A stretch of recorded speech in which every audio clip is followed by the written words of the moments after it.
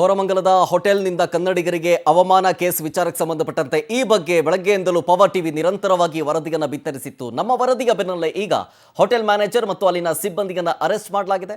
Hotel manager Naushad ಜೊತೆಗೆ ಅಲ್ಲಿನ ಸಿಬ್ಬಂದಿ ಅಬ್ದುಲ್ ಸಮಾದ್ ಇಬ್ಬರನ್ನೂ ಕೂಡ ವಿಚಾರಣೆ ಮಾಡ್ತಾ ಇದ್ದಾರೆ ಮಡಿವಾಳ ಠಾಣೆಯ ಪೊಲೀಸರು.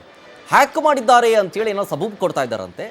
ಇದ್ರ ಬಗ್ಗೆ ತನಿಖೆ ಮಾಡ್ತಾ ಇದ್ದಾರೆ ಪೊಲೀಸರು. ಹ್ಯಾಕ್ ಮಾಡಿದಾರೋ ಅಥವಾ ಸುಳ್ಳು ಹೇಳ್ತಿದ್ದಾರೋ ಗೊತ್ತಾಗುತ್ತೆ.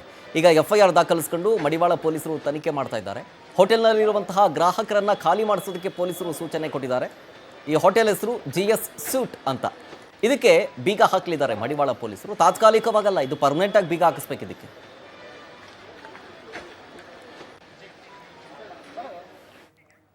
ಇದೇ ವಿಚಾರಕ್ಕೆ ಸಂಬಂಧಪಟ್ಟಂತೆ ಡಿಜಿಟಲ್ ಬೋರ್ಡ್ ತಯಾರು ಮಾಡುವಂಥ ಸಿಬ್ಬಂದಿ ಕ್ಲಾರಿಫಿಕೇಶನ್ ಕೊಟ್ಟಿದ್ದಾರೆ. ನಮ್ಮ ಪ್ರತಿನಿಧಿ ವೆಂಕಟೇಶ್ ಅವರನ್ನು ಮಾತನಾಡಿಸಿದ್ದಾರೆ.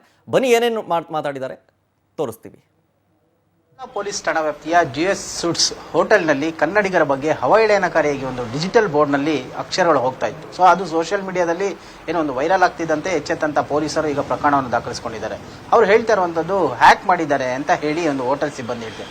ಆದ್ರೆ ನಿಜವಾಗ್ಲೂ ಹ್ಯಾಕ್ ಮಾಡ್ಲಿಕ್ಕೆ ಆಗುತ್ತಾ, ಅದು ಯಾವ ರೀತಿ ಒಂದು ಕೆಲಸ ಮಾಡುತ್ತೆ, ಯಾವ ಒಂದು ಆಪ್ಷನ್ಗಳು ಕೂಡ ಇರುತ್ತೆ ಅನ್ನೋದ್ರ ಬಗ್ಗೆ ಸ್ವತಃ ಒಂದು ಡಿಜಿಟಲ್ ಬೋರ್ಡ್ ಅನ್ನು ಮಾಡ್ತಾ ಇರುವಂತಹ ಮಾರ್ಕ್ ಅವರು ಇದ್ದಾರೆ. ಅವ್ರ ಹತ್ರ ನಾವು ಕೇಳಿ ತಿಳ್ಕೋಣ. ಸರ್ ನಮಸ್ತೆ. ಈ ಕೆಲಸನ ಅಂದ್ರೆ ಡಿಜಿಟಲ್ ಬೋರ್ಡ್ಗಳು ಮಾಡುವಂಥದ್ದು ಎಷ್ಟು ವರ್ಷಗಳಿಂದ ಮಾಡ್ತಾ ಇದ್ದೀರಾ ಸರ್? ಸರ್ ನಾವು ಇವಾಗ ಒಂದು 4 ವರ್ಷ ಆಯಿತು. ಸ್ಪೆಷಲಿ ಈ ಡಿಜಿಟಲ್ ಬೋರ್ಡ್ಗಳು ಮಾಡ್ತಾ ಇರೋದು, ಮೂವಿಂಗ್ ಡಿಸ್ಪ್ಲೇ ಸ್ಪೆಷಲಿ. ಸೊ ಈ ಒಂದು ಬೋರ್ಡ್ ವಿಷಯದಲ್ಲಿ ಕೇಳ್ತಾ ಇದ್ರಿ, ಮೂವಿಂಗ್ ಡಿಸ್ಪ್ಲೇ. ಸೊ ಅದು ಹೆಂಗೆ ವರ್ಕ್ ಆಗುತ್ತೆ ಅಂದರೆ ಒಂದು ಆ್ಯಪ್ ಮೂಲಕವಾಗಿ ವರ್ಕ್ ಆಗುತ್ತೆ. ಅದಕ್ಕೆ ಕಂಪಲ್ಸರಿ ಪಾಸ್ವರ್ಡ್ ಬೇಕಾಗುತ್ತೆ ನಮ್ಮ ಪ್ರಕಾರ. ಆ ಪಾಸ್ವರ್ಡ್ ಇಂದನೇ ನಾವು ಏನಾದರೂ ಚೇಂಜ್ ಮಾಡ್ಬೋದು, ಅಪ್ಡೇಟ್ ಮಾಡ್ಬೋದು. ಮೊದಲೆಲ್ಲ ಹೆಂಗಿತ್ತಂದ್ರೆ ಕಂಪ್ಯೂಟರಿಂದ ಏನೋ ಟೆಕ್ಸ್ಟ್ ಟೈಪ್ ಮಾಡಿ ಪೆನ್ಡ್ರೈವ್ ಹಾಕೊಂಡು ಪೆನ್ಡ್ರೈವ್ ಇಂದ ಅದಕ್ಕೆ ಬೋರ್ಡಿಗೆ ಕನೆಕ್ಟ್ ಮಾಡಿದ್ರೆ ಆ ಟೆಕ್ಸ್ಟ್ನ ರನ್ ಆಗುತ್ತೆ. ಇಲ್ಲ ಅಂದ್ರೆ ಎಲ್ಲೆಂದೋ ವೈಫೈ ಕುತ್ಕೊಂಡು ಬಟ್ ಪಾಸ್ವರ್ಡ್ ವಿತೌಟ್ ಪಾಸ್ವರ್ಡ್ ಮಾಡೋಕ್ಕಾಗಲ್ಲ. ಬಟ್ ಹ್ಯಾಕ್ ಮಾಡಿದ್ದಾರೆ ಅಂದ್ರೆ ನಂಗೆ ಸ್ವಲ್ಪ ನಂಬಕ್ಕಾಗ್ತಾ ಇಲ್ಲ. ಬಟ್ ಅದು ಏನು ಬರೆದಿದ್ದಾರೆ ಅದು ತುಂಬಾ ನಿಜವಾಗ್ಲೂ ತುಂಬಾ ಪೇನ್ಫುಲ್ ಇದೆ. ತುಂಬಾ ಕನ್ನಡಿಗರು ಯಾವಾಗಲೂ ನೋವಿದೆ, ನಮಗೂ ನೋವಿದೆ. ಈ ತರ ಆಗ್ತಾ ಇರೋದಕ್ಕೆ ತುಂಬಾ ಸಂಘಟನೆಗಳು ತುಂಬಾ ಸ್ಟ್ರೈಕ್ ಮಾಡ್ತಾ ಇದಾರೆ. ಇದು ನಮ್ಗೆ ಹೆಮ್ಮೆ ವಿಷಯ. ನಮ್ಮ ಕನ್ನಡ ನಾವು ಬದುಕಿಸ್ಬೇಕು, ಇದನ್ನ ತುಂಬಾ ಸಪೋರ್ಟ್ ಮಾಡ್ಬೇಕು. ನಾವು ಸೈನೇಜ್ ಅಲ್ಲಿ ಇಟ್ಕೊಂಡು ನಾವು ನಿಜವಾಗ್ಲೂ ತುಂಬಾ ಸಪೋರ್ಟ್ ಮಾಡ್ತೀವಿ. ಇದು ಯಾರೇ ಮಾಡಿದಾರೋ ಅವರಿಗೆ ಒಂದು ಕಠಿಣ ಕ್ರಮ ಕೈಗೊಳ್ಳಬೇಕು ಸರ್. ಸರ್ ಅಂದ್ರೆ ಈಗ ಯಾರ ಮೊಬೈಲ್ ಯಾರ ಕಡೆ ಇರುತ್ತೋ, ಆಕ್ಸೆಸ್ ಯಾರಿರುತ್ತೋ, ಮತ್ತೆ ಪಾಸ್ವರ್ಡ್ ಯಾರ ಕಡೆ ಇರುತ್ತೋ ಅವ್ರು ಮಾತ್ರ ಚೇಂಜ್ ಮಾಡ್ಲಿಕ್ಕೆ ಸಾಧ್ಯ ಅಂತ? ಖಂಡಿತ ಸರ್, ಇಲ್ಲಾಂದ್ರೆ ಮಾಡಕ್ಕಾಗಲ್ಲ. ಸೇಮ್ ಒಂದು ನಾವು ಗೂಗಲ್ ಪೇ, ಫೋನ್ ಪೇ ಆ್ಯಪ್ಗಳು ಹೆಂಗಿದೆಲ್ಲ ವಿತೌಟ್ ಪಾಸ್ವರ್ಡ್ ಹಂಗೆ ಮಾಡಕ್ಕಾಗಲ್ಲ. ಆ ಪಾಸ್ವರ್ಡ್ ಇದ್ರೆ ನಾವು ಏನೋ ಆಕ್ಸೆಸ್ ಮಾಡ್ಬೋದು, ಇಲ್ಲಾಂದ್ರೆ ಮಾಡಕ್ಕಾಗಲ್ಲ ಅದು.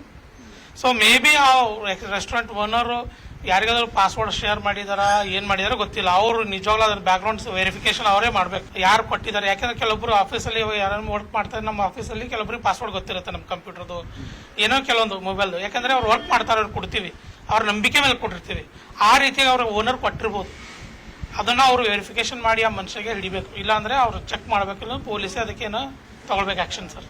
ಒಂದು ಪೆನ್ ಡ್ರೈವ್ ಹಾಕಿ ಟೆಸ್ಟ್ ಅನ್ನ ಮಾಡಿ ಕೊಡಬಹುದು. ಅದನ್ನ ಬಿಟ್ರೆ ನೀವೀಗ ಮೊಬೈಲ್ ಆಪ್ ಏನಿರುತ್ತೋ ಅದರಲ್ಲಿ ಟೆಸ್ಟ್ ಅನ್ನ ಟೈಪ್ ಮಾಡೋದ್ ಮೂಲಕ ನಾವು ಏನೊಂದು ಆಕ್ಸೆಸ್ ಕೊಡ್ತೀವೋ ಅದರಲ್ಲಿ ಆತರ ಡಿಸ್ಪ್ಲೇ ಆಗುತ್ತೆ. ಅದು ಕರೆಕ್ಟ್ ಸರ್, ಹೌದು, ಅದೇ ರೀತಿಯಾಗಿ ವರ್ಕ್ ಆಗುತ್ತೆ. ಅಂದ್ರೆ ಇದು ಯಾವುದೇ ರೀತಿಯ ಹ್ಯಾಕ್ ಆಗೋದಕ್ಕೂ ಚಾನ್ಸಸ್ ಇಲ್ಲ?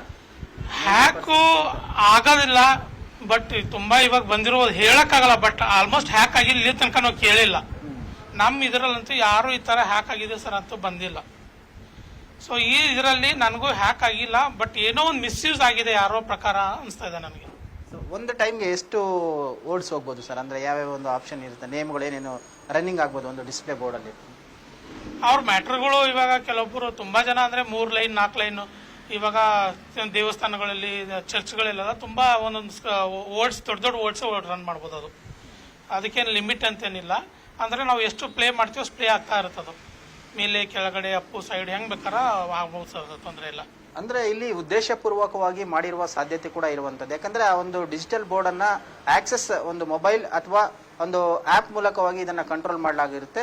ಹಾಗಾಗಿ ಇದನ್ನ ಉದ್ದೇಶಪೂರ್ವಕವಾಗಿ ಯಾರೋ ಮಾಡಿದ್ದಾರೆ ಅನ್ನುವಂತಹ ಒಂದು ಸಂಶಯಗಳು ಕೂಡ ವ್ಯಕ್ತ ಆಗ್ತಾ ಇರೋದು. ಅಂದ್ರೆ ಇಂತಹ ಒಂದು ಪ್ರಕರಣಕ್ಕೆ ಕಾನೂನಿನ ಪ್ರಕಾರ ಸರಿಯಾದ ಶಿಕ್ಷೆ ಆಗಬೇಕು ಅನ್ನೋದು ಪ್ರತಿಯೊಬ್ಬ ಕನ್ನಡಿಗನ ಕೂಡ ಒಂದು ಆಕ್ರೋಶ. ಕ್ಯಾಮರಾ ಪರ್ಸನ್ ಪ್ರಶಾಂತ್ ಜೊತೆ ವೆಂಕಟೇಶ್, ಪವರ್ ಟಿವಿ, ಬೆಂಗಳೂರು.